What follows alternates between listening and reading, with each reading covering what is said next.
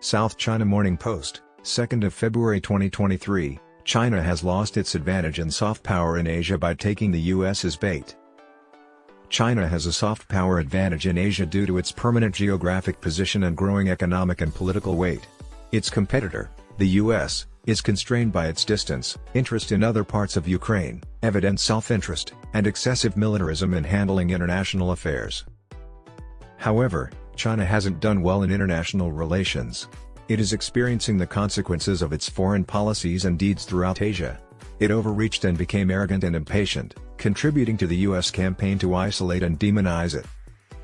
Indeed, nations like Australia, Japan, India, and Indonesia are quickly uniting in an anti-China security camp propelled by Sinophobia, and the draw of US offers to safeguard them.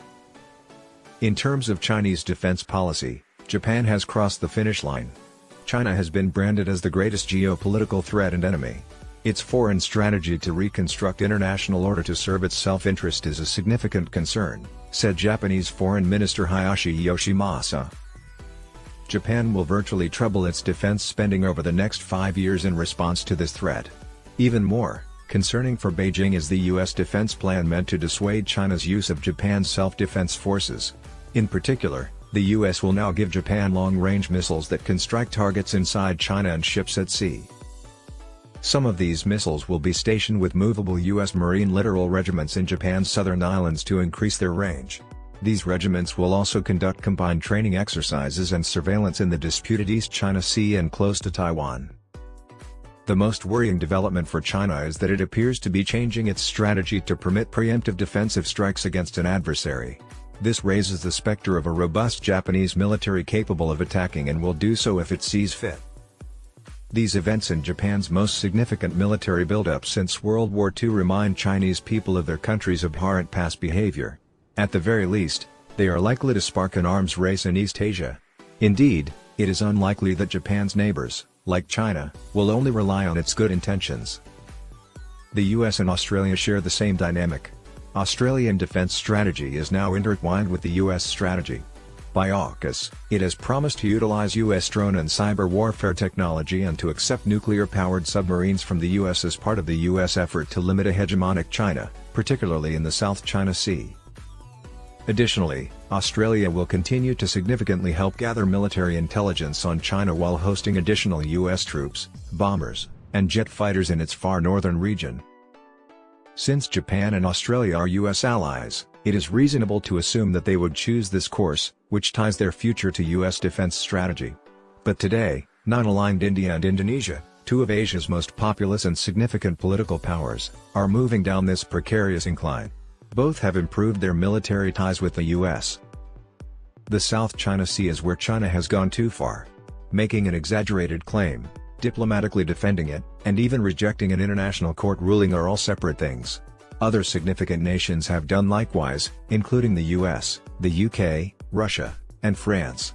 Nevertheless, they suffered reputational damage and eventually complied. To uphold such a claim in the face of regional opposition is one thing. To do so while courting the region is quite another. Indeed, China has overstepped its bounds in its harassment of legitimate exclusive economic zones, EEZs, belonging to Vietnam, Indonesia, Malaysia, and the Philippines. This is especially important in light of Chinese fishing and Coast Guard vessels' transgressions into Indonesia's exclusive economic zone, EEZ, and their threats against Philippine civilian boats that may be fishing close to or resupplying troops on features on its continental shelf. A pattern that disturbs China's rival claimants appears when you combine its provocations in and above the waters Malaysia claims with its new law allowing its Coast Guard to use force to preserve its sovereignty in contested areas. Beijing's strong tactics have, in fact, damaged trust. The G7 and NATO have criticized its actions. The G7 and NATO have condemned its efforts. A loose alliance of democracies is coalescing against what they see as China's intolerable behavior, particularly in the South China Sea, under US leadership and persistent pushing. The US, India, Japan, and Australia's informal anti-China strategic alliance known as the Quad is gaining strength. Western military signaling in the South China Sea has become much more coordinated. It is now almost routine for US and Chinese aircraft carrier strike groups to train together in the South China Sea. China has only recently realized the threat. China's ambassador to France, Liu She, described himself as one of its wolf warriors, adding that the public opinion battle is a strength of the West but a vulnerability for us. China needs to tell its story better and be more lovable, President Xi Jinping urged the Politburo in 2021. And to employ the approach of waiting things out until the opposition is powerless to intervene. The best advice is to quit digging when you're in a diplomatic rut. China now has the chance to improve ties with its neighbors in Asia and the broader region with the appointment of new Foreign Minister Qin Gang.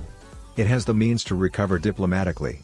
It has significant advantages because of its geographic location, the inevitableness of its supremacy in the region, and the strength and generosity of its economy. But suppose it is to prevail in the long-term soft power conflict with Asia. In that case, it must become more laid back, avoid missteps in international relations, show more tolerance and composure, and better conceal its strong hand.